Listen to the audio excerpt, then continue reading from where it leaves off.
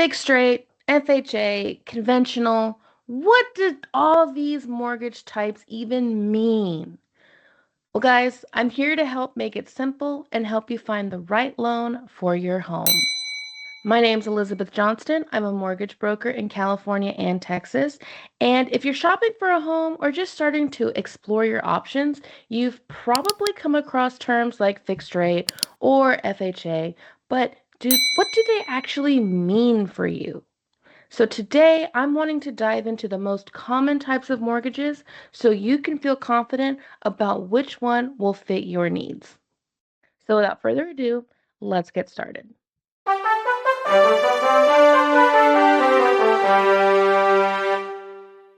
First off, let's start with fixed rate mortgages.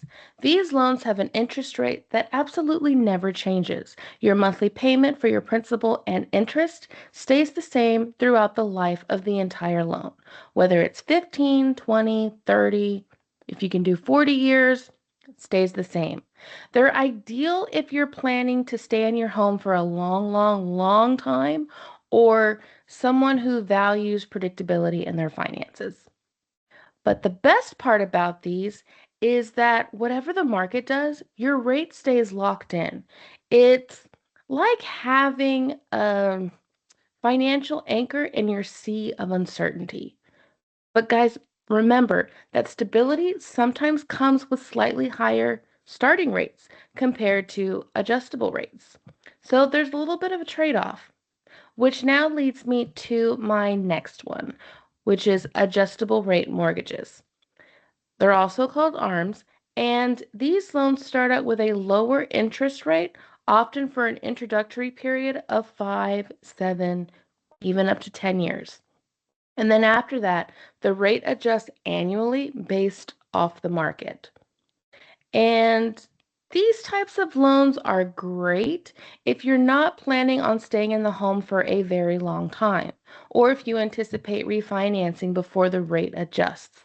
If you're a first-time home buyer, the studies are showing you're living in your home between 5 to 7 years, so maybe an ARM would be a good idea.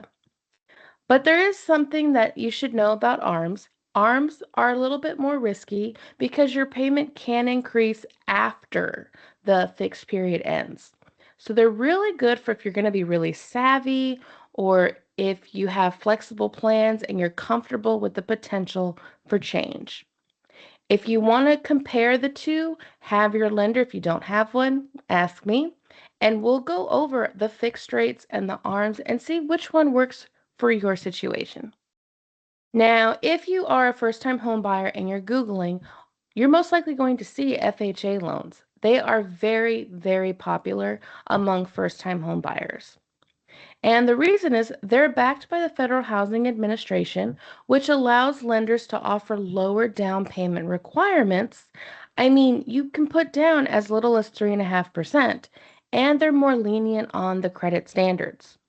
They're great if you're working on building your credit or you're trying to save money, but keep in mind that FHA loans do require mortgage insurance premiums, which will add to your monthly payment. So while they are an excellent option for getting into your first home, you'll want to weigh the long-term costs of that insurance. And again, that's where I can help. And we can explore those numbers together. Lastly, I want to talk about conventional loans. When you hear FHA, you also hear conventionals. And there's a reason for that. Conventional loans are not backed by the government, which means they tend to have stricter requirements. They typically want you to have at least a 620 credit score, and if you're a first-time home buyer, you can put down 3%, and if you're a seasoned home buyer, you would put down 5%. Though you could go all the way up to 20% and avoid that private mortgage insurance. Now, here's a little hack though. Even if you put the 3% or the 5%, once your loan to value ratio reaches 80%, you need to call your lender and have them remove that private mortgage insurance. This is something FHA does not do. So one of the benefits, another benefit, I guess, for conventional loans, you generally have fewer fees and lower long-term costs compared to your FHA loan. So if you've built up solid credit, you have a really good amount of savings, this option could actually save you over the entire life of the loan. And for buyers looking for higher loan amounts or specific terms, conventional loans often have that flexibility. And one thing I do really want to stress is that every buyer is unique. Every loan is unique. What somebody did 2 months ago, 3 years ago, 10, 20, 30 years ago, it's not going to be your situation. Your situation is your situation. If somebody didn't like a program that was offered at the time, they're going to tell you, no, no, no, I didn't like it. I thought that was dumb, blah, blah, blah. Well, that was them. That's not you. You need to make sure you know what's important. And so when you're finding your mortgage, find one that matches your financial situation and your long term goals. And again, that's where someone like me would come in because I help buyers like you navigate these options every single day, ensuring that you feel confident and informed every step of the way.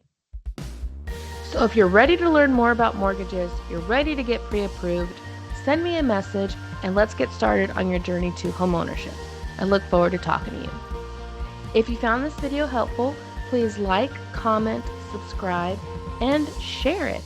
And let other people know about these wonderful programs for homeowners that are either looking or have already been in and ready to move on.